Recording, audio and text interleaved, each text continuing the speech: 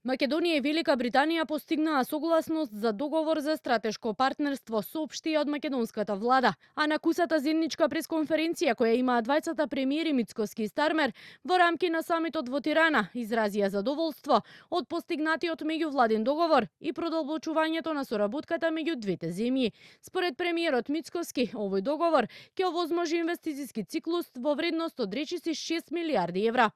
Договор кој што ќе овозможи инвестициски циклус во вредност од 5 милиарди фунти или попрецизно околу 6 милиарди евра во делот на инфраструктурата, железницата, транспортот, здравството и така натаму, така што деновите кои што следат сите детали ќе бидат објавени во македонската јавност.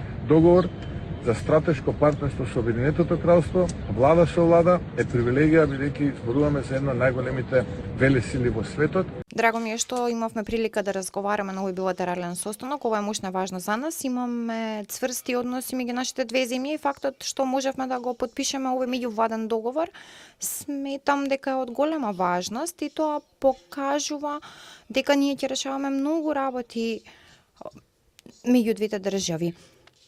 Ова е навистина одлична можност и се радувам на оваа билатерална средба и на билатералниот договор. Мислам дека имаме многу да направиме заедно. Повеќе детали се очекуваат да бидат соопштени утре, за кога е закажана и нова пресконференција на премиерот Мицкоски. Иако детали засега нема, според досегашните најави од владата и ВМРО ДПМН за новиот инвестициски бум, со парите ќе треба да се градат инфраструктурни проекти, како локални, регионални и експресни патишта, а ќе стартува најверојатно изградбата на брзата пруга од Скопје до Солун, по која ќе се вози и до 200 км на час. Според досегашните најави од Министерството за транспорт, проценките се дека брзата пруга би чинала околу 2,5 милиарди евра, а за нејзина изградба би биле потребни околу 5 години.